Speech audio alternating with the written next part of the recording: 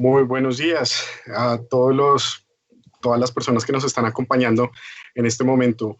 Mi nombre es Javier Caicedo y yo voy a ser el moderador de este panel. Tenemos un panel muy interesante. Tenemos panelistas que nos van a compartir sus experiencias desde diferentes puntos de vista. Incluso tenemos un invitado internacional. Tenemos a Nuno Moreira de Portugal y tenemos panelistas nacionales también sumamente destacados que nos van a contar sobre cómo romper este imaginario que en justicia no se puede hacer nada, que en justicia todo ya está escrito y todas las instituciones se definieron en el siglo XIX y no hay lugar para la innovación. Así que nos van a contar desde sus experiencias cosas concretas, avances muy específicos de cómo poder romper ese paradigma, cómo innovar en la justicia. Comienzo presentándome, mi nombre es Javier Caicedo, yo soy el coordinador del Grupo de Modernización del Estado del Departamento Nacional de Planeación. Nosotros somos uno de los equipos anfitriones de este evento, del Interruptor, y estamos absolutamente convencidos que la innovación es uno de los caminos para llegar a generar valor público y para mejorar la vida de todos los ciudadanos. Entonces, como les decía, presento muy rápidamente a nuestro panel. Tenemos un panel de lujo. Comenzamos con Nuno Moreira. Nuno Moreira nos acompaña desde Portugal. Nuno es asesor de la Secretaría de Estado de Justicia para las cuestiones internacionales, transformación digital, innovación y diseño de servicio de Portugal. También nos acompaña Santiago Pardo. Santiago es colombiano, es abogado, fundador del primer laboratorio de diseño para la justicia en Colombia, dirigido a encontrar soluciones concretas a problemas reales del sistema judicial a partir del pensamiento de diseño y la dinámica de sistemas. También nos acompaña una de nuestras directoras técnicas del DNP, Lina María González Torres, que es economista. Ella es máster en estudios de seguridad con una concentración en violencia subestatal y actores no estatales. Y actualmente es la directora de la Dirección de Justicia, Seguridad y Gobierno de acá del DNP. Y por último, también nos acompaña Angélica Flechas. Angélica es diseñadora y abogada y nos va a contar entonces desde esta combinación que rompe esta tradición y nos va a contar también lo que está haciendo con su emprendimiento con Aptica. Entonces, comencemos, por favor. Y comenzamos por la última persona que les acabo de presentar, por Angélica. Angélica, pues tu combinación es bastante especial, bastante particular. Quisiéramos entender eso de dónde viene. ¿De dónde nace esta idea de combinar el diseño con el derecho? ¿Y tú cómo ves que esta combinación nos podría llevar a innovaciones en justicia? Bueno, yo primero estudié Derecho en la Universidad de los Andes y cuando estaba en séptimo semestre de Derecho, un profesor que para mí fue muy vanguardista en la forma en la que dictaba su cátedra, me pidió, pues les pidió a todos los integrantes del salón que hiciéramos un juego para aprender la ley 80, que es la ley de licitaciones públicas acá en Colombia. Y, y a todos nos pareció pues extraño, pero a mí me pareció muy divertida la actividad y diferentísima. Y entonces diseñé un juego para que la gente pudiera aprenderse la ley. Y llegué al salón con una maqueta gigante y tenía acerrín y carritos y un montón de cosas raras. Y cuando llegué al salón, mis compañeros tenían hojas blancas impresas con preguntas y respuestas en opción múltiple, asemejando como un quién quiere ser millonario, pero lo mío tenía otras dimensiones. Y el juego lo llamé Corrupto porque hice una analogía con Clue, que es un juego donde uno busca un asesino, y en mi juego yo buscaba quién era el corrupto, que era el que no cumplía la ley. Y al final del juego el profesor me pide que le regale el juego, porque él quiere que sus hijos entiendan qué fue lo que él estudió y hace. Y me dice que si él o yo le voy a contar a mis papás, porque ambos abogadísimos además, que si yo quiero ser diseñadora. Y él fue el como que me empujó al campo del diseño, y ese mismo día fui a mi casa y hablé con mis papás para tomar la decisión de hacer un doble programa con diseño. Y fue un proceso súper interesante para mí que la Universidad de los Andes me permitiera hacer ese doble programa. Inicialmente yo pensé que iba a ser diseño industrial, que es un diseño que se centra en los objetos, pero descubrí que la universidad había cambiado su programa académico y que ya el diseño no giraba en torno al objeto, sino giraba en torno a la experiencia del usuario. Y fue espectacular tener la oportunidad de explorar lo que pasa con el usuario, de explorar lo que pasa con los servicios, de explorar lo que pasa con los ecosistemas y descubrir que podía mezclar las dos, tanto al punto que cuando me gradúo de las dos carreras, pues salgo a tratar de encontrar un trabajo, sobre todo en diseño, porque era lo que yo quería ejercer, y pues no había todavía una plaza laboral que me permitiera ejercer este nuevo diseño. Entonces, pues me tocó inventarme mi trabajo y ahí nace Aptica, que es la primera consultora 100% colombiana dedicada a diseñar servicios. Y empecé a trabajar con bancos, empecé a trabajar pues con empresas que me abrieron el camino, pero en ese proceso descubro que muchos de los problemas de los servicios con los que yo estaba trabajando eran problemas legales. Entonces, que el formulario, que el formato, que la ley que lo regula, y entonces mi lado legal aparece y descubro que hay una corriente que se llama Legal Design, donde puedo usar el diseño para resolver los problemas legales a los que se están enfrentando los usuarios y empiezo a unir las dos y creo un producto en consultoría para ayudarle a mis clientes, inicialmente en el sector privado, a resolver las experiencias del usuario que tenían que ver con los elementos legales, hasta llegar posteriormente a trabajar ya con clientes del sector público, que pues más adelante les puedo compartir esas experiencias. Bueno, muchísimas gracias por contarnos tu viaje personal con este acercamiento al diseño. Eh, Ahora vamos también a introducir a nuestro panelista internacional, a Nuno. Nuno tiene que contarnos una experiencia muy interesante que tuvieron en Portugal, de la creación de un hub de justicia. Entonces, Nuno, ¿nos podrías contar cómo eso, en qué consiste, por favor? Bueno, hola a todos los participantes. Y antes que entre, bueno, creo que primero es necesario hablar de que cuando llegamos a la justicia, que creo que es como en todo el mundo, lo que vimos que era necesario era un cambio de paradigma porque con respecto a la innovación y que la justicia está centrada en la justicia por sí misma. Y nosotros pensamos que teníamos que centrarnos en las personas, por un lado los proveedores de servicios y por el otro los utilitarios. Entonces, como teníamos muchas ideas, pero muchos objetivos, pero los objetivos solamente son un plan, sin un plan solamente son un deseo. Y entonces que hemos puesto una visión o una estrategia inspirándonos en los objetivos de la metodología Kaizen, no sé si conocen, y queriendo más calidad, más seguridad, menos costes, más satisfacción y más productividad. Entonces, cuando hemos empezado a poner en práctica esta visión, este plan de transformación de la justicia, que se llama Justicia Más Cercana, el hub es una de las dimensiones. Entonces, primero, lo que querimos ha sido crear contextos y oportunidades de cambio y colaboración entre las personas de justicia y todo el ecosistema de justicia. Y involucramos en esto todas las partes interesadas. Y cuando digo todas, son mismo todas, desde la gente de los ciudadanos a las clases profesionales, a los funcionarios de la administración pública, todos, jueces, todos.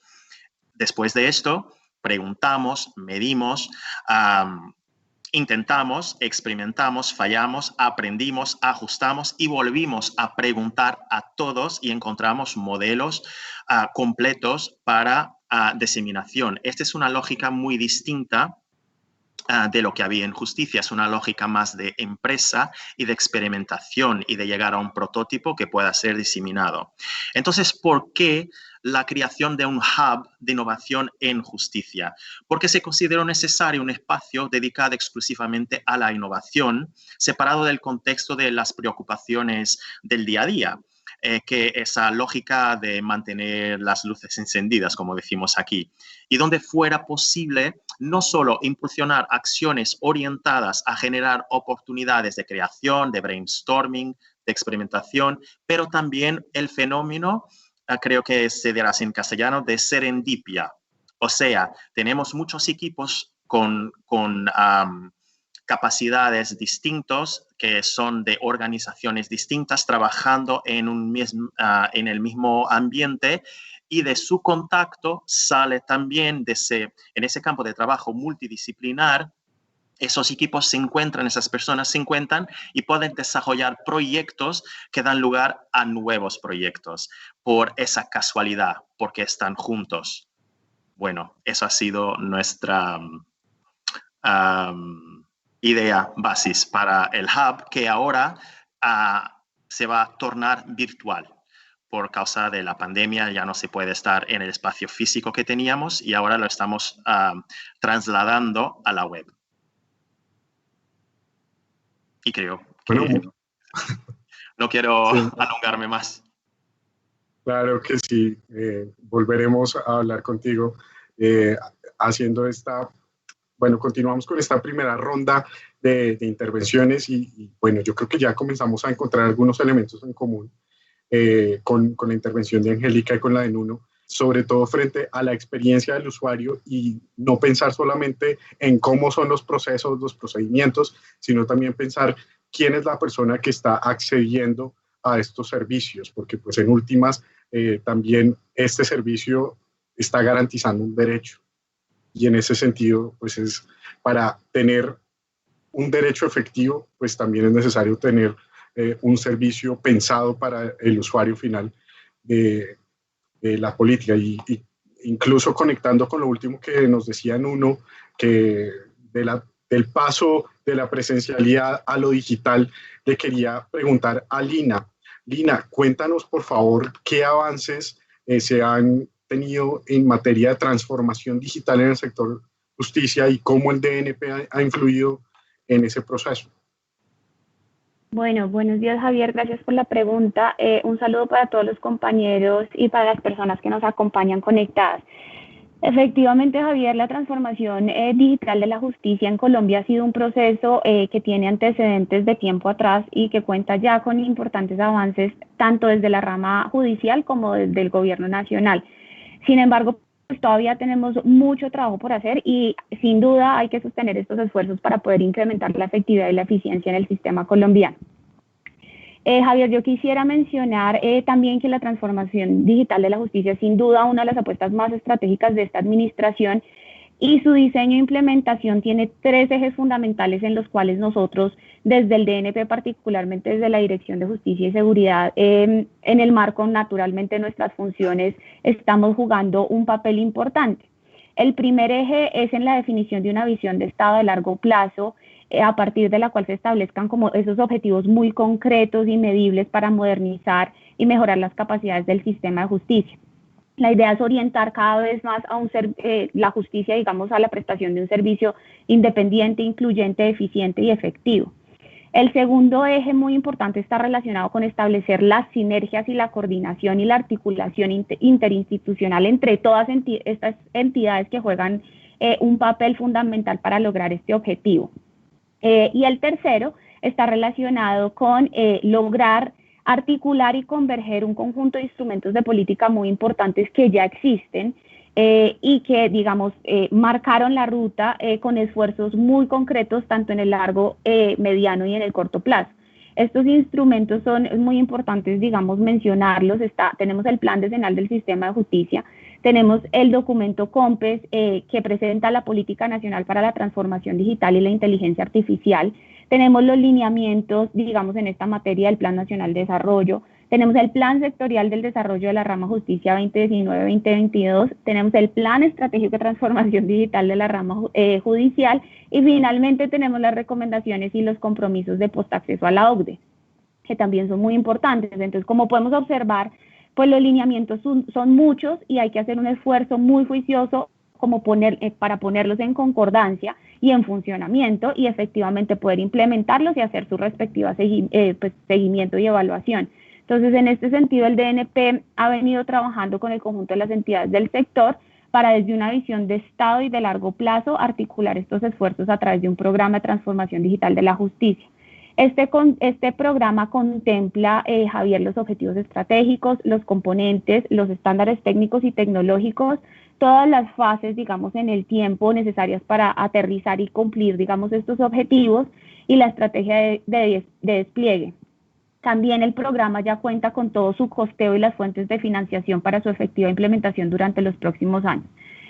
Importante contarles, Javier, que el programa contará con un financiamiento de un crédito con la banca multilateral que en este momento está en trámite, y la idea pues precisamente es incrementar la efectividad, la eficiencia y la transparencia de la justicia a través de 3 componentes centrales. El primero, el fortalecimiento institucional del sistema judicial.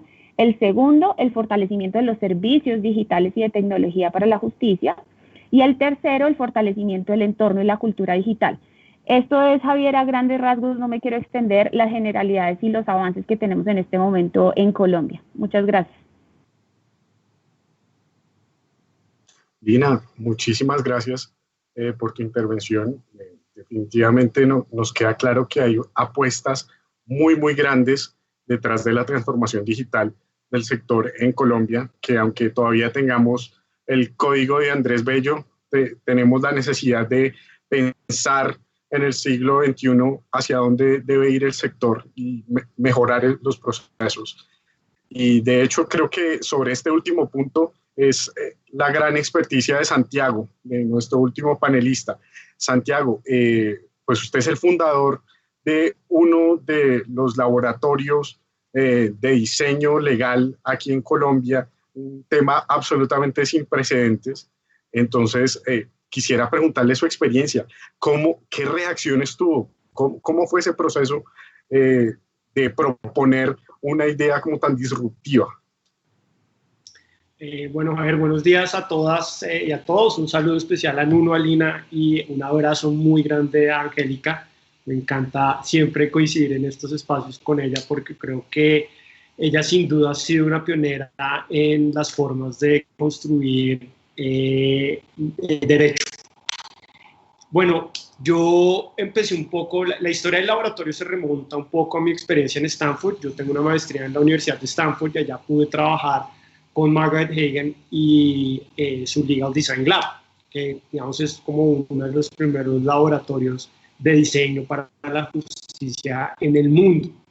Después de terminar y regresar a Colombo, digamos, antes de mi experiencia con Margaret no tenía una idea concreta de lo que era Legal Design.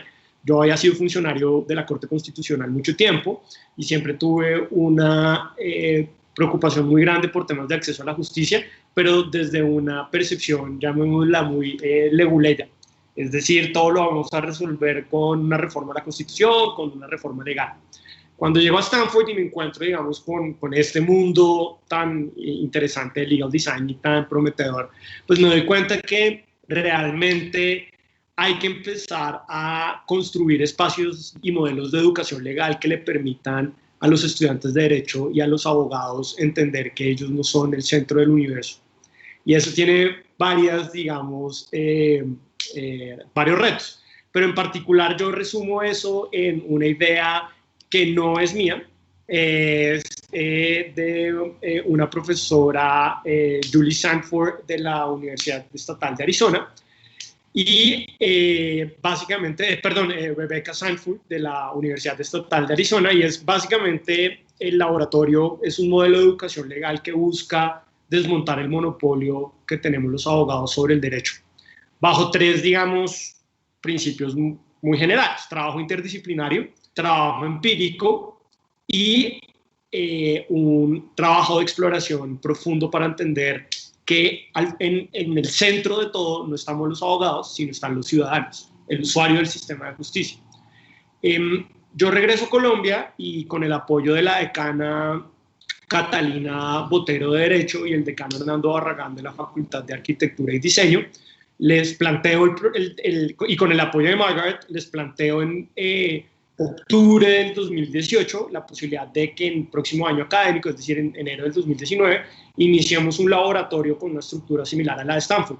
Yo debo acá agradecerle a Catalina y a Hernando toda su disponibilidad. Desde un inicio la idea fue, digamos, aceptada por ellos y empezamos a funcionar con el apoyo de Santiago de Francisco y Laura Guzmán. Ellos son profesores de la Facultad de Diseño y de la Facultad de Ingeniería Industrial.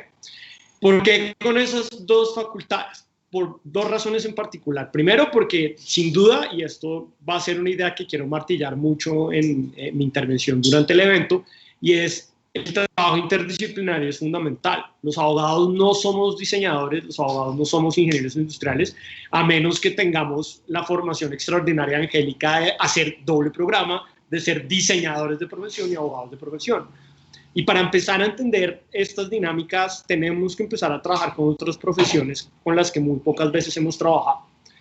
La otra, digamos, particularidad es que en los Andes, y Angélica lo explicó muy bien, yo simplemente agrego un poquito de historia, digamos, académica uniandina.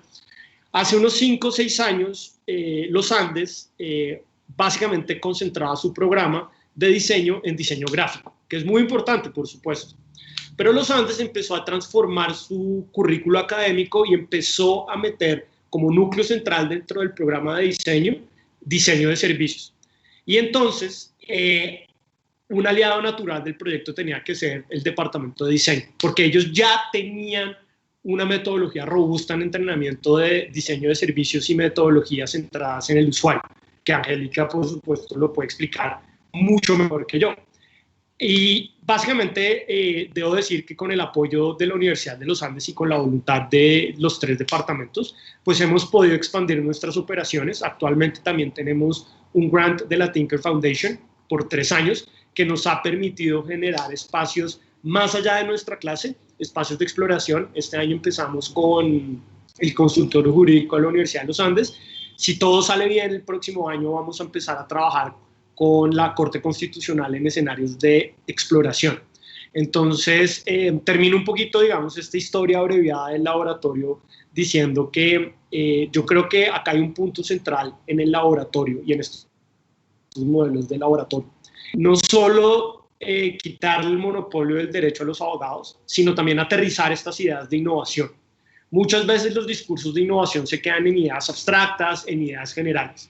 Nosotros a través del laboratorio, con nuestros trabajos, con nuestros aliados institucionales, trabajos, retos de la vida real y el desarrollo de prototipos que tratan de solucionar retos reales, tratamos de aterrizar todos estos conceptos de innovación a productos que puedan servirle a los ciudadanos. Algunos sirven, algunos no, pero más adelante quiero hablar un poquito de esta idea tan poderosa del prototipo y de la exploración, porque, y acá simplemente con un poquito de ganas de polemizar temprano, Lina mencionaba el plan estratégico de transformación digital de la rama judicial.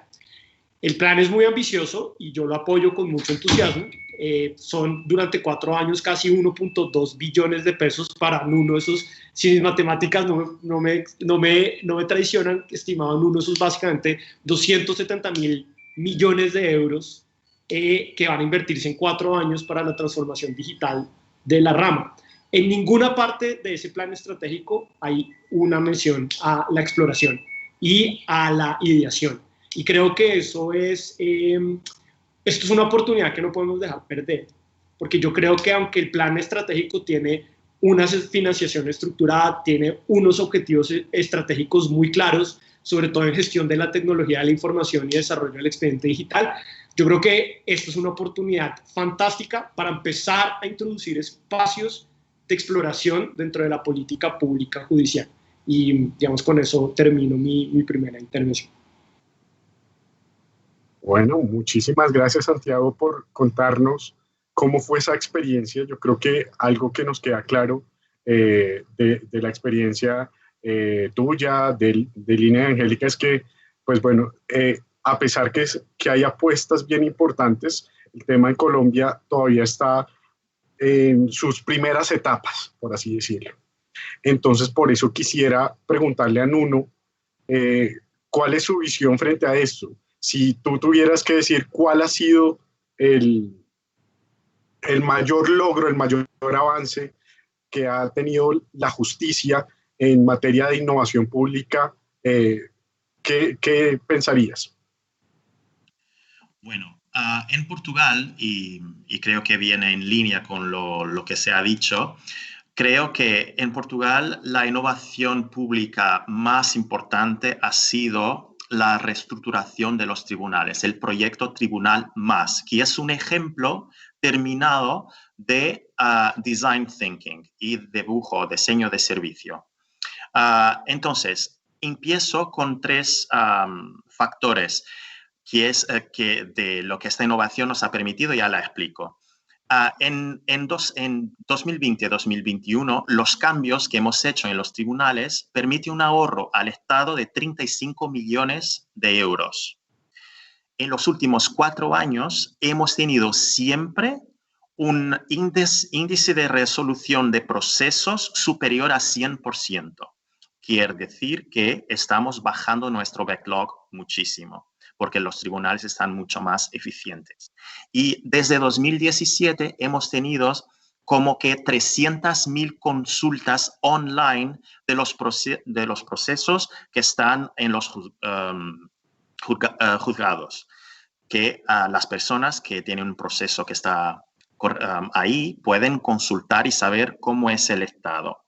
Entonces, esta iniciativa Tribunal Más cambió la organización y estructura de los tribunales. Una cosa que creo que es muy importante hablando de innovación y de cambio de paradigma es que digitalizar la justicia no es innovar, porque la justicia tiene problemas. Entonces, si solamente estamos digitalizando, trasladando al digital, estamos trasladando algo que ya tiene problemas en el mundo físico y estamos llevando esos problemas. Entonces, lo que hemos hecho ha sido, una vez más, reunir todas las partes interesadas, quedar un mes a las puertas de los tribunales hablando con los ciudadanos y con gestores de empresas, saber sus necesidades, lo que necesitaban, cuánto tiempo demoraba siempre que iban a un tribunal, después hablar con las personas que están en el tribunal. Entonces ha habido como 3 dimensiones aquí. Una, hablando con los funcionarios de los tribunales y reorganizar completamente el front desk y cómo se comunica y cómo se trabaja dentro del tribunal. Después, cambiar todos esos procesos para el digital. Una vez que los procesos y que la gente había comprendido que los procesos podían simplificarse y hacerse de otra manera, entonces digitalizar y tenemos otra cosa distinta que no existía. No es solamente digitalizar, es una cosa nueva. Y todos han como estado ahí, todos han participado, todos han estado juntos en grupos como con post-its, escribiendo lo que pensaban que era mejor, sus dificultades, las cosas de posibles mejorías. Y entonces que todos han estado involucrados en eso, desde el juez hasta la recepcionista. Entonces, que ha sido un proceso conjunto.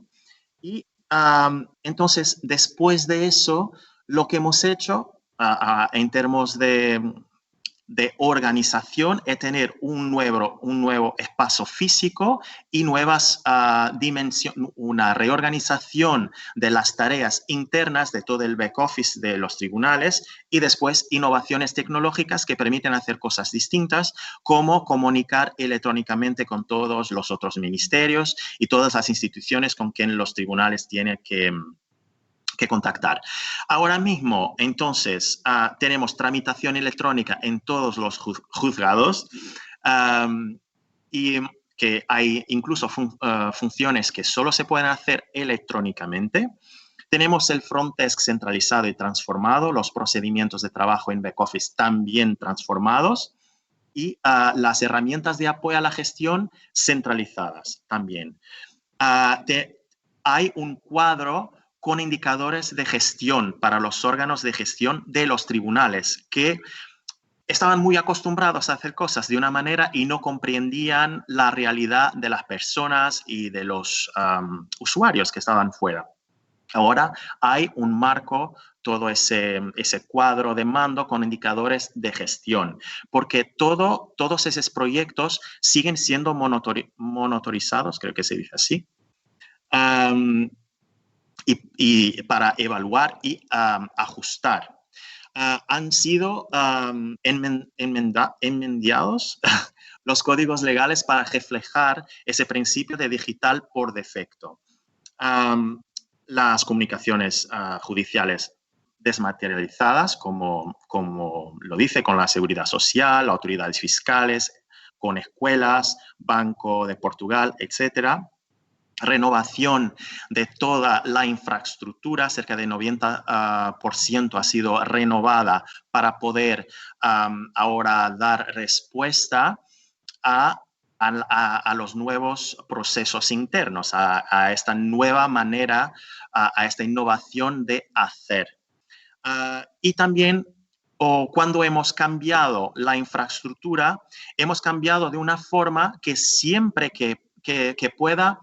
Nosotros sabemos que hay un problema muy grande con legacy systems, lo que heredamos de atrás, los softwares antiguos, todo eso. Entonces, lo que ha cambiado ha sido construido de manera que en el futuro se pueda construir siempre por encima. Una cosa que quería decir para terminar también, y que es algo que ha cambiado mucho, la relación de los tribunales con las poblaciones y con las empresas, es la simplificación de la comunicación también. Y eso, doy un ejemplo muy rápido y termino, diciendo que antes de esa simplificación que ha sido hecha, cuando se enviaba a los ciudadanos y empresas comunicaciones para pagar algo a los tribunales, pues la gente no comprendía lo que tenía que hacer. Después de simplificar todo ese proceso, pues ahora la gente, el incremento de pagos ha sido 78%. Entonces, que la gente no comprendía, y eso también es importante. Y todo eso ha sido conseguido porque este tribunal más, todas estas dimensiones de lo digital, de los procesos del front office y back office, han sido hechos en ese ambiente del hub de innovación y han sido desarrollados en el hub de innovación. Bueno, termino con esto. Muchísimas gracias, Nuno. Yo quisiera resaltar sobre todo un tema que tú dijiste que vale la pena resaltarlo, porque es tal vez uno de los errores que se cometen cuando estamos hablando de innovación, y es que se terminan confundiendo a veces los medios con el fin. Es decir, llegar y solamente pasar lo que se está haciendo en el mundo físico, que como tú decías, las cosas que están mal diseñadas, que tienen problemas y ahora solamente se hacen en computador, pues van a seguir teniendo los mismos problemas y no se va a mejorar. Hasta les cuento una anécdota personal. En una entidad pública que trabajaba anteriormente, teníamos que pasar unas solicitudes que inicialmente se escribían a mano y se llevaban a una oficina, y luego montaron un aplicativo web que lo que hacía era básicamente escribir un correo, igual el correo tocaba imprimirlo y llevarlo. Entonces, eso no es innovar, eso no sirve para nada, eso no mejora el proceso ni la experiencia de ninguna persona. Así que sí quisiera que en esta segunda ronda miráramos qué avances específicos hemos tenido, qué ejemplos podemos dar a conocer en justicia, en lo que se ha avanzado hasta el momento. Entonces, bueno, antes de darte la palabra, Nuno, Santiago nos botó aquí una pregunta picante para Lina. Entonces, ahorita te va a dar la palabra, Lina, para que porfa le respondas o que nos regales tus reacciones frente a la pregunta de Santiago. Y también te quisiera preguntar por una iniciativa que a mí me llama mucho la atención, que de la DJ, de la Dirección de Justicia, Seguridad y Gobierno, que es el uso de Big Data para la prevención de delitos. Es decir, esta herramienta que se está utilizando no solamente como un ejercicio académico, como un ejercicio puramente de información, sino que de verdad tiene una trascendencia en la política pública. De acuerdo, sí, gracias Javier por la oportunidad para compartirles esta experiencia que estamos tratando de desarrollar. Definitivamente, nuevamente es un esfuerzo incipiente, pero yo creo que está generando una línea base importante, digamos, para los esfuerzos futuros que se hagan en la materia. Y pues precisamente es importante porque el uso de tecnología para prevenir y para dar una respuesta más rápida y eficaz a los retos en materia de convivencia y seguridad ciudadana es una práctica que cada vez es más frecuente, y la política basada en evidencia nos ha demostrado que los modelos de predicción del delito, Javier, han tenido óptimos resultados en la prevención del crimen. Esto se da tanto a nivel nacional como a nivel internacional. Teniendo este contexto claro, desde la Dirección de Justicia y Seguridad, en un trabajo coordinado con la Dirección de Desarrollo Digital, desarrollamos una prueba piloto de predicción del delito. La primera fase, digamos, del trabajo se concentró en definir cuál iba a ser la entidad territorial en donde íbamos a desarrollar esta prueba piloto. Entonces, básicamente tuvimos en cuenta los siguientes criterios. Primero, quisimos que el municipio escogido concentrara una importante cantidad de hechos delictivos, como por ejemplo homicidios, hurtos a personas y lesiones personales, para que efectivamente este municipio estuviera aportando a las tasas nacionales de criminalidad y pues el resultado fuera un resultado útil en términos nacionales. El segundo, que la información georreferenciada disponible para el municipio fuera robusta, tanto en materia de crimen como de malla vial, para hacer la respectiva georreferenciación. El tercer criterio, Javier, fue que el municipio no contara o estuviera desarrollando una herramienta de este estilo. Sabemos que Bogotá, Medellín y Villavicencio tienen unos avances importantes en esta materia, entonces la idea era ayudar a un municipio que no tuviera estas capacidades como distintivas. Y por último, queríamos que idealmente la entidad territorial estuviera catalogada como una ciudad intermedia, porque las ciudades intermedias, a pesar de que tienen retos en materia de convivencia y seguridad ciudadana muy delicados, no tienen la disponibilidad de información que efectivamente tienen las ciudades grandes. Entonces les queda mucho más difícil desarrollar este tipo de herramientas. Entonces, dentro de las alternativas analizadas, decidimos seleccionar la ciudad de Bucaramanga, la cual cuenta con 35.838 delitos registrados entre el 2016 y 2019. Básicamente es la quinta ciudad del país con el mayor número de casos después de Bogotá, después de Medellín, Cali y Barranquilla. La desagregación espacial de los municipios con la que trabajamos fue a nivel de sector, sección y manzana, que son básicamente las categorías provistas por el DANE. Sin embargo, a pesar de que la mayor desagregación de la información se encontró a nivel manzana, no pudimos trabajar con ese nivel porque no cubría la totalidad del territorio urbano de Bucaramanga. Entonces escogimos como polígono la sección del DANE para poder efectivamente hacer los análisis de mapas de calor y los análisis geoespaciales respectivos. Es importante aclarar que únicamente, Javier, trabajamos con la zona urbana de Bucaramanga debido a que la gran mayoría de los delitos se concentran ahí y que la información geográfica más desagregada también está disponible para esta ubicación. Entonces, el propósito del estudio consistió en desarrollar un modelo de predicción del delito en Bucaramanga, empleando las herramientas de Big Data que tú mencionas y modelos de grafos para anticipar en dónde ocurriría un hecho delictivo. Entonces, básicamente el modelo estima si en una semana determinada se presentaría o no el delito en estos polígonos de la zona urbana en los que nos concentramos. Entonces, con esto, claro, quisiera mencionar, Javier, que además de pretender comprender, pues naturalmente, la dinámica de los delitos en Bucaramanga, lo que queríamos también lograr con el estudio era generar un insumo informativo para las autoridades locales y de policía, las cuales estarían, digamos, interesadas en implementar un tipo de este modelo de predicción del delito. Y otro valor agregado importante, sobre todo aquí en Colombia, que estos esfuerzos son tan incipientes, es que precisamente el documento cuenta con la literatura disponible en investigaciones académicas, en donde se discute la efectividad de este tipo de herramientas para mejorar, digamos, e innovar en la prestación del servicio de seguridad por parte de la policía. Para concluir, debo dejar claro lo que pues más o menos arranqué diciendo, y es que esto es un esfuerzo incipiente que dentro de las principales conclusiones nos dejó que los modelos de predicción del delito pues son una herramienta útil indiscutiblemente para la construcción de las estrategias de prevención, pero particularmente para las ciudades grandes que efectivamente cuentan con esta información. Por eso, digamos, hay que hacer un esfuerzo muy grande en fortalecer nuestros sistemas de información sobre todo en ciudades intermedias y en zonas rurales, porque definitivamente esto es un problema en estas regiones. Y finalmente, pues es necesario analizar a profundidad las implicaciones éticas del uso de este tipo de herramientas, pues que funcionan gracias a la inteligencia artificial. Eso pues sin duda debe estar claro.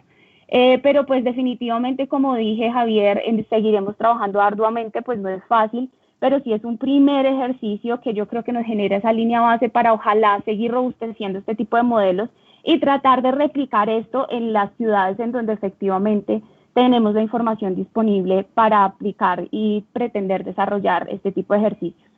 Gracias. Muchas gracias, Lina.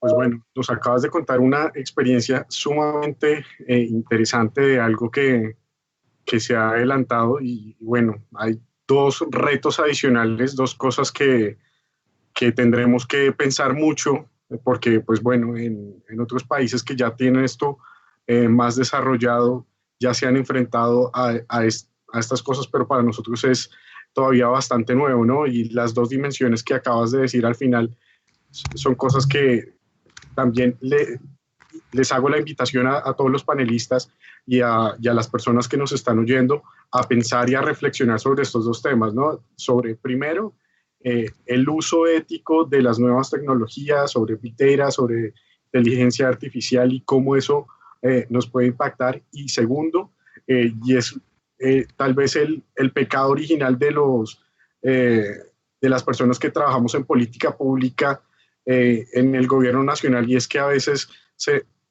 pensamos las cosas para Bogotá. Y en Bogotá pasan unas cosas, hay unas dinámicas y el resto del país es muy distinto.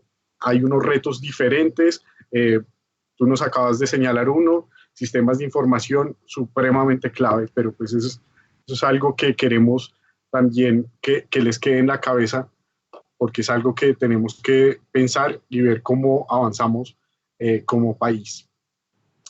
Le doy la palabra ahora a Santiago para preguntarle y para continuar con su intervención. Pues Santiago ya nos contó cuál fue la génesis del laboratorio, cómo inició todo y que tuvo bueno, unos aliados extraordinarios para su creación. Pero sí quisiera preguntarle ahora a Santiago, ¿cuál sería el mayor logro del laboratorio hasta este momento? ¿Qué sería la cosa que nos quisiera contar a nosotros y a todas las personas que nos están viendo? Sí, bueno, vale, Javier, antes quisiera complementar algo que dijo Nuno que me encantó, me emocioné muchísimo, y es que muchas veces en innovación en acceso a la justicia se confunde digitalizar un documento con innovación. Y, por ejemplo, uno lee el plan de digitalización del expediente de la rama judicial que salió este año, y es muy curioso que una parte importante de ese plan, y de nuevo, yo acá quiero una crítica constructiva, yo abrazo todas estas iniciativas de la rama, y yo creo que el primer, digamos, cambio necesario es tener voluntad política, y creo que el Consejo Superior de la Judicatura se la está jugando por la innovación. Solo que es curioso que en ese plan se habla de un plan de digitalización y lo primero que hacen es literalmente un mapeo, un censo de cuántos escáneres tiene la rama judicial y cuántos escáneres faltan, y entonces ahí hay una inversión. Creo que la conclusión es que hay que invertir alrededor de 15.000 millones de pesos, unos 6 millones de euros más o menos, para comprar escáner para toda la rama judicial. Y es precisamente, digamos, como decían uno, probablemente la solución inmediata no sea comprar 6 millones de dólares en escáner para repartirlos en todos los juzgados del país y tener a funcionarios judiciales escaneando archivos en físico. Entonces, digamos, ese es un buen ejemplo de cómo a través de la experimentación uno puede redefinir prioridades y encontrar nuevas formas de gastar esos recursos. Como explicaba Nuno en el Hub. Otro ejemplo perfecto de visiones que no son completas y que no ven el proceso como un todo son los famosos planes de descongestión de la rama judicial en Colombia, donde se contratan muchos jueces y muchos funcionarios para descongestionar cuellos de botella, pero esos cuellos de botella lo que termina pasando es que se desplazan hacia más adelante en el proceso, y el ejemplo perfecto es lo que pasó con la sala laboral de la Corte Suprema de Justicia. Teníamos una justicia laboral completamente congestionada, empezaron a crear juzgados de descongestión en la parte de abajo del proceso, en las primeras instancias, ¿y qué pasó? Pues que fueron muy exitosos descongestionando, pero que entonces la Corte Suprema se descongestionó, se congestionó tanto que hace poco tuvieron que crear una sala de descongestión en la Corte Suprema de Justicia, conformada por 7 magistrados, para que descongestionaran lo que ya habían descongestionado abajo. Y esto es, esto es una oportunidad, repito, fantástica, donde la ingeniería, la dinámica de sistemas, la dinámica de flujos, el pensamiento de diseño del sistema, el diseño de servicios, el pensamiento de diseño centrados en el usuario, pueden aportar muchísimo a encontrar nuevas formas de resolver problemas, nuevos prototipos, y por qué no pensar en utilizar estos recursos que son muy importantes de una manera diferente a como se han venido utilizando antes. Y con esto no quiero decir que esté mal comprar escáner o esté mal crear salas de descongestión. No, todo lo contrario. Yo creo que son políticas que tienen que ser acompañadas por diseño de servicios, dinámica de flujos, design thinking. Y respecto a la pregunta, Javier, yo diría que yo destacaría 3 logros. El primero es, digamos, en menos de un año conseguir el apoyo generoso de la Tinker Foundation y su grant. El grant de Tinker Foundation es por $100,000 durante 3 años, y eso nos ha permitido expandir y conseguir, digamos, nuevos proyectos y estructurar equipos de trabajo interdisciplinarios. El segundo es uno que me emociona mucho, y es abrir un espacio de reforma de modelo de educación legal, es decir, crear un espacio realmente interdisciplinario e empírico donde los abogados puedan aprender nuevas formas de entender el derecho y nuevas formas de entender los procesos.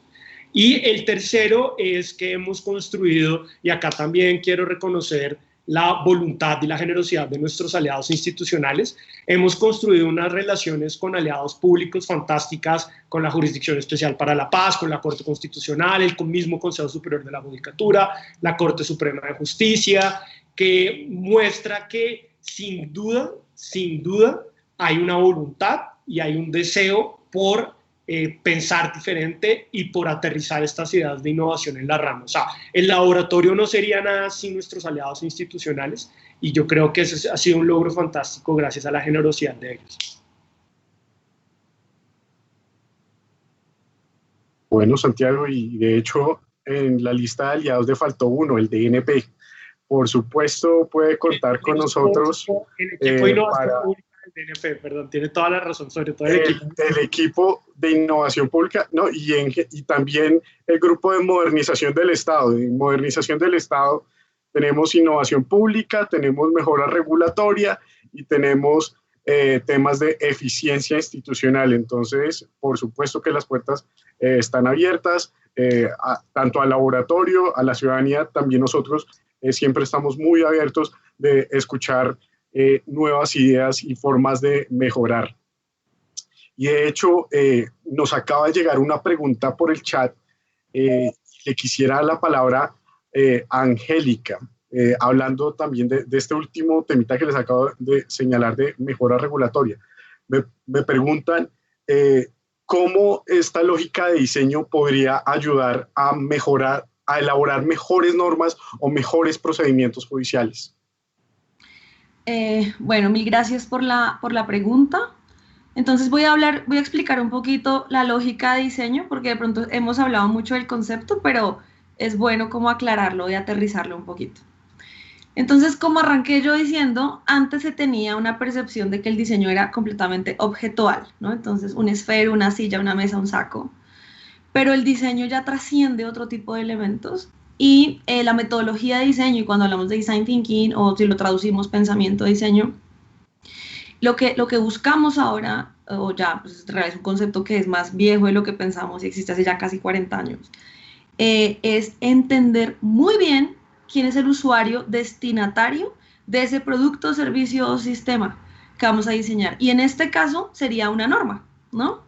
Y yo quisiera preguntarme, cuando el legislador se toma la tarea o se pone la tarea de decir, voy a crear esta regla, esta norma, este decreto, realmente se siente y piensa quién la va a leer, cuándo la va a usar, cómo la va a usar, por qué la va a usar, bajo qué sistema la va a usar. Y me podría atrever a decir que no necesariamente el 100% de nuestros legisladores hacen eso. Y además seguramente lo hacen detrás del escritorio. Y una cosa que yo aprendí estudiando diseño es que el peor diseño que se hace es el que se hace detrás del escritorio. Uno tiene que salir y ensuciarse las manos en el buen sentido de la palabra. Y ensuciarse las manos se refiere a salir y entender en qué ecosistemas va a usar ese producto, para quién, por qué, cuándo, dónde, y hacerse la pregunta indicada. Incluso, ¿hay que crear esa norma? ¿Hay que crear esa silla? ¿Hay que crear ese saco? ¿Hay que crear ese producto? ¿Hay que crear ese servicio?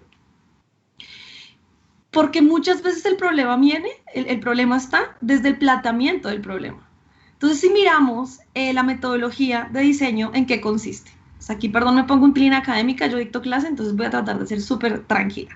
Entonces, la primera fase de la metodología dice, descubramos el contexto. ¿Quién es el usuario? ¿Qué necesita? ¿Para dónde va? ¿De dónde viene? Y lo que hacemos ahí es entender muy bien la situación en la cual estamos interviniendo. Después de esto pasamos a una fase donde tomamos todo esto que descubrimos y lo interpretamos y redefinimos el problema. Y ahí yo digo que es donde ocurre la magia. Y puede pasar que hasta llega el proyecto, porque es como, nunca hubo problema, nunca tuvimos que diseñar esa norma, nunca tuvimos que diseñar ese sistema nuevo, no fue necesario, no debería existir ni siquiera este contrato, ¿quién se lo inventó? ¿Sí? O no, por todo el contrario, hay que diseñar una oportunidad de innovación acá.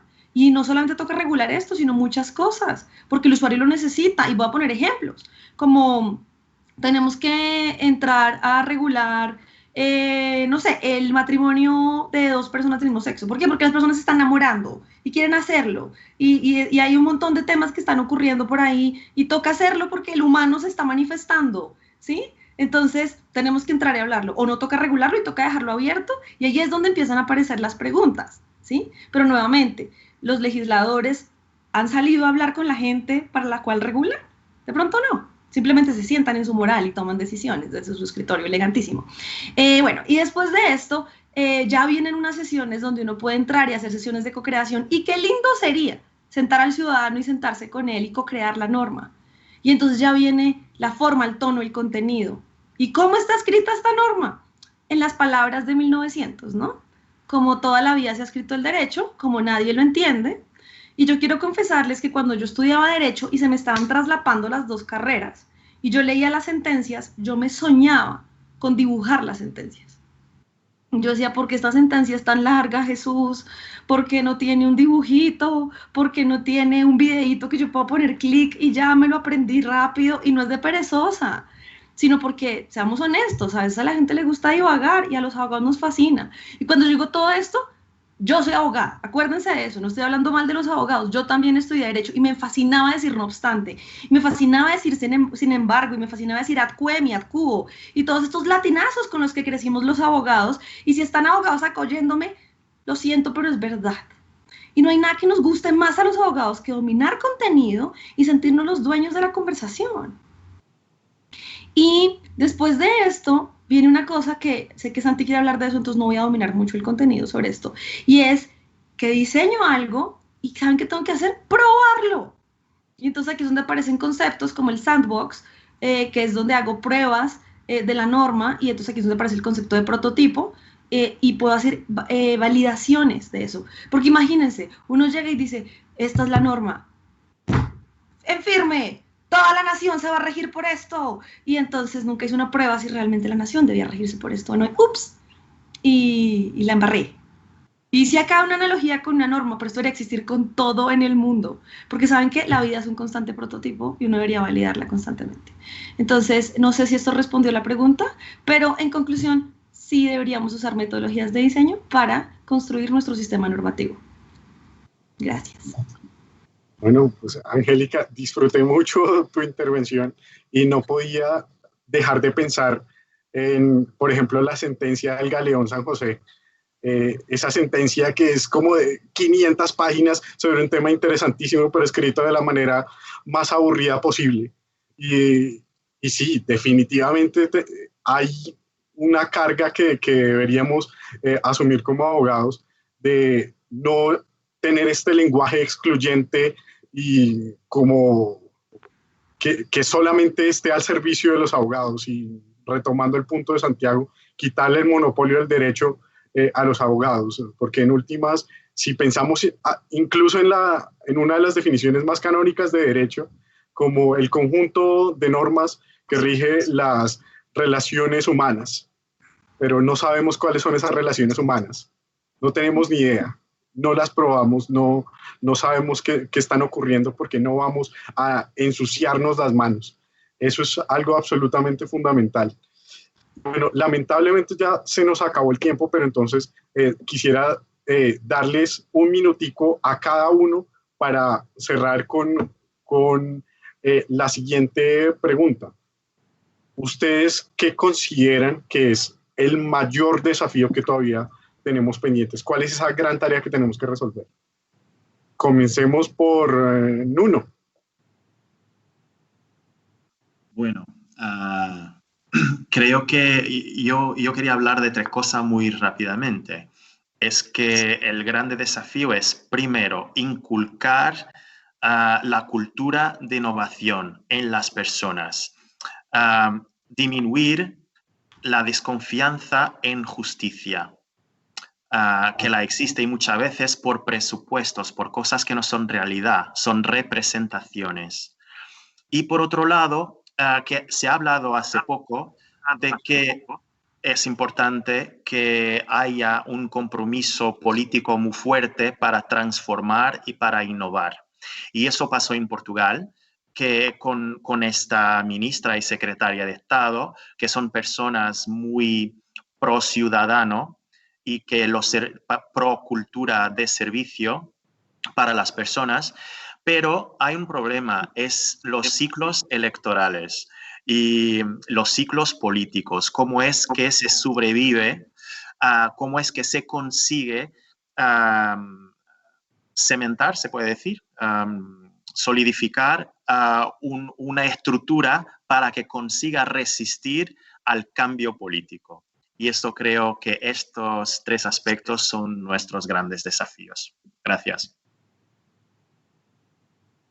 Muchas gracias. Lina, ¿quieres continuar? Claro que sí, gracias Javier. Sí, coincido completamente con Nuno y yo adicionalmente añadiría que precisamente en la misma línea de innovación, concretamente emplear, digamos, o diseñar y emplear herramientas en este sentido para optimizar la manera como se administra la justicia es un reto demasiado grande a nivel internacional. Nuevamente estamos avanzando en la materia, pero hay mucho camino por recorrer. Quisiera destacar que en este sentido el documento COMPES 3975, que es la Política Nacional para la Transformación Digital y la Inteligencia Artificial, recoge precisamente la transformación el concepto de la transformación digital de la OCDE, que tiene estos 2 componentes que nosotros estamos mencionando, y que hacen referencia no solo a los efectos económicos y al impacto, digamos, social derivado de la digitalización, como lo dijimos, que es una parte, pero que definitivamente no es el tema de la innovación, sino precisamente al uso de las tecnologías y los datos para el desarrollo de nuevos productos y servicios, que precisamente son los que dan el origen a esas nuevas formas y métodos de hacer las cosas en los distintos sectores. Entonces yo creo que sí debemos apoyar y fortalecer el proceso integral de transformación de justicia. Como lo mencionó Santiago, hay que reconocer indiscutiblemente que los esfuerzos y los lineamientos, digamos, en los documentos estratégicos en términos de diseño de servicios orientados en el cliente, de empleo de usos de prototipos, de experimentación y demás, pues son de verdad muy, muy incipientes, pero sí hay que reconocer pues que hay por lo menos un interés, digamos, en montarnos en esta línea.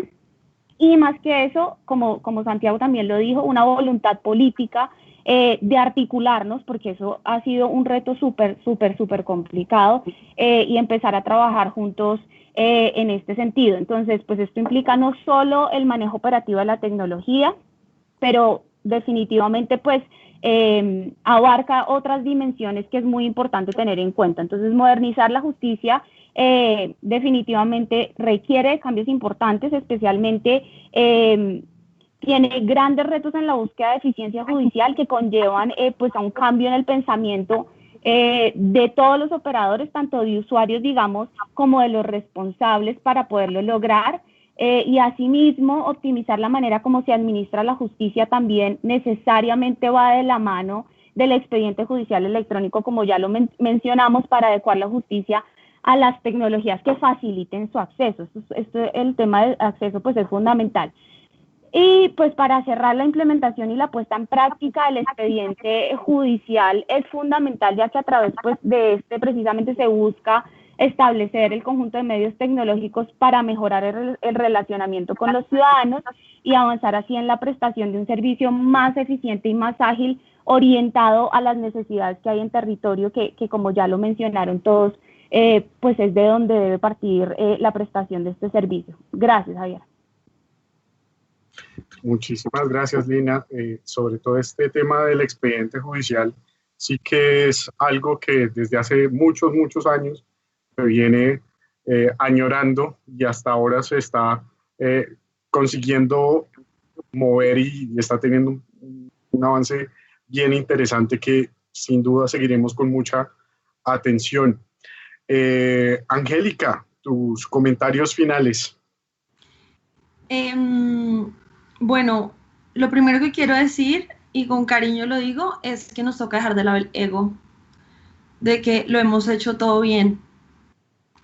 Obvio no somos perfectos y pues digamos que es duro que a uno le den feedback, pero sí hay que dejar de lado estas ganas de proteger este legado y descubrir que hay otros métodos y otras formas de resolver las cosas, ¿sí? O sea, yo cuando ¿por qué mi portafolio es más fuerte en el sector privado que en el sector público? Porque cuando yo llego a tener conversaciones con entidades públicas, hay mucho ego en la mesa y les da miedo y no sé por qué, no sé si es porque es un diseñador hablando, no sé por qué es, pero no están abiertos tan fuertemente a tener conversaciones de este estilo. Entonces creo que el ego es importante dejarlo de lado y una buena forma de hacerlo es oír al usuario, pero de verdad, ¿sí? De verdad, ¿qué es lo que quiere el usuario? ¿Quiere hacer clic en el documento o es que no tiene tiempo porque tiene un montón de niños que tiene que cuidar? Entonces,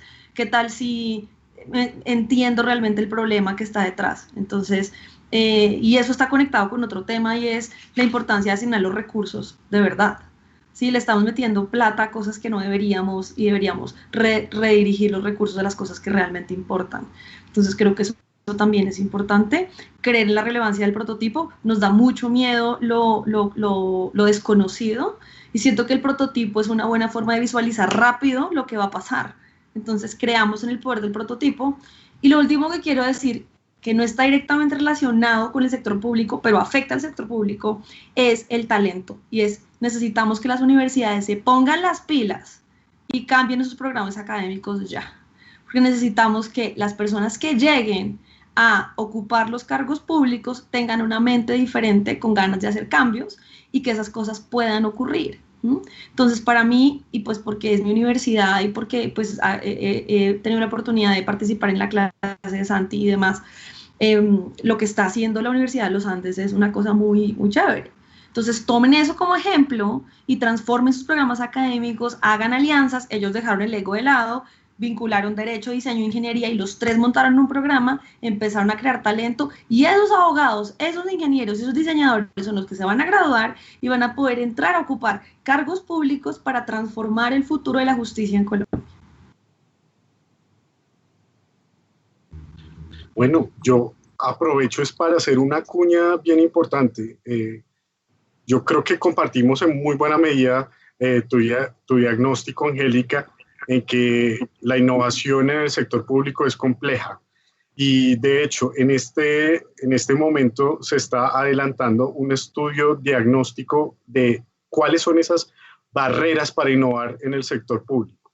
Así que una vez ya el estudio está más consolidado, sin lugar a dudas, los estaremos llamando para que nos regalen sus comentarios, sus reacciones, porque sí, definitivamente es el concepto de innovación para los funcionarios públicos es algo bastante nuevo,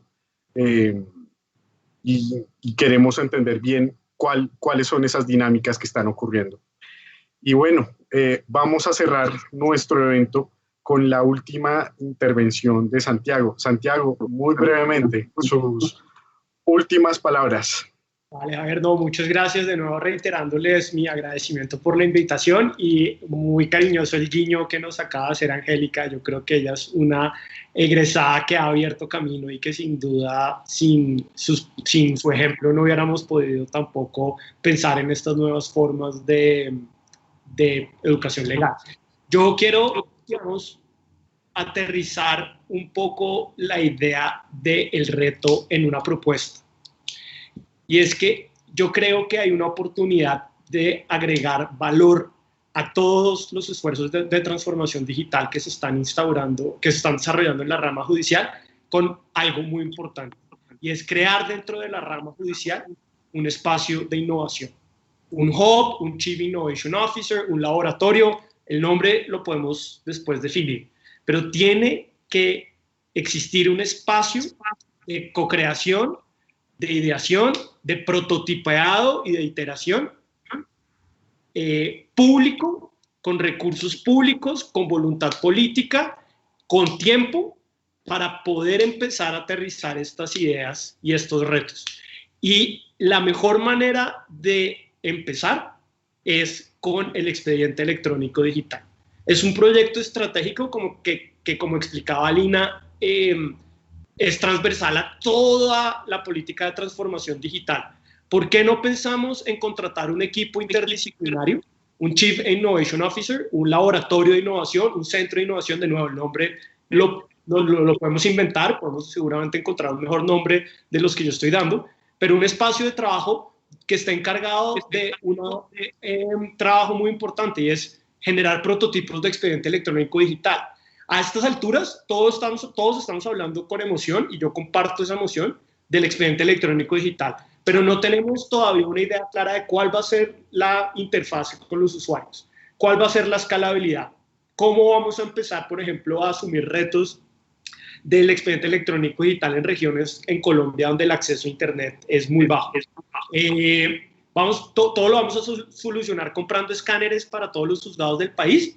Yo creo que esas son preguntas que solo se van a poder empezar a resolver de manera realmente innovadora, es decir, con una visión fresca y diferente, con un equipo de trabajo interdisciplinario. Y yo creo que hay una oportunidad concreta de política pública que ojalá no dejemos pasar. Entonces, mi resumen es, el reto es crear un espacio de innovación pública dentro de la rama judicial, que le apueste, entre otras cosas, al diseño legal, a la dinámica de sistemas. Creo que el ejemplo de Portugal, de Nuno, ahorita Nuno te va a pedir el correo porque me interesa mucho saber más experiencias de Portugal. Además, tu español es mejor que el mío, entonces podemos hablar con mucha tranquilidad. Pero yo insisto, el reto es concretemos un espacio de innovación, un Chief Innovation Officer, un laboratorio dentro de la rama judicial que empiece a generar prototipos. Si no, yo creo que vamos a encontrarnos con las mismas barreras y con soluciones tradicionales a retos que merecen soluciones diferentes. Perfecto, muy bien. Muchas gracias, Santiago, y muchísimas gracias a todos ustedes por participar de este espacio.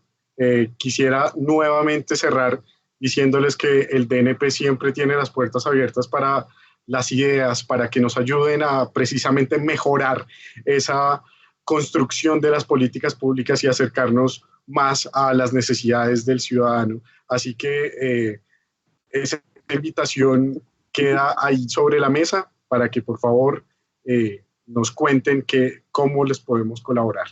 Muchísimas gracias por su atención y que tengan un excelente día. Gracias a todos. Gracias. Seguimos en gracias por la contacto, invitación. Santiago. Muchas gracias. Claro, Lina, claro que sí. Tened mi contacto. Venga.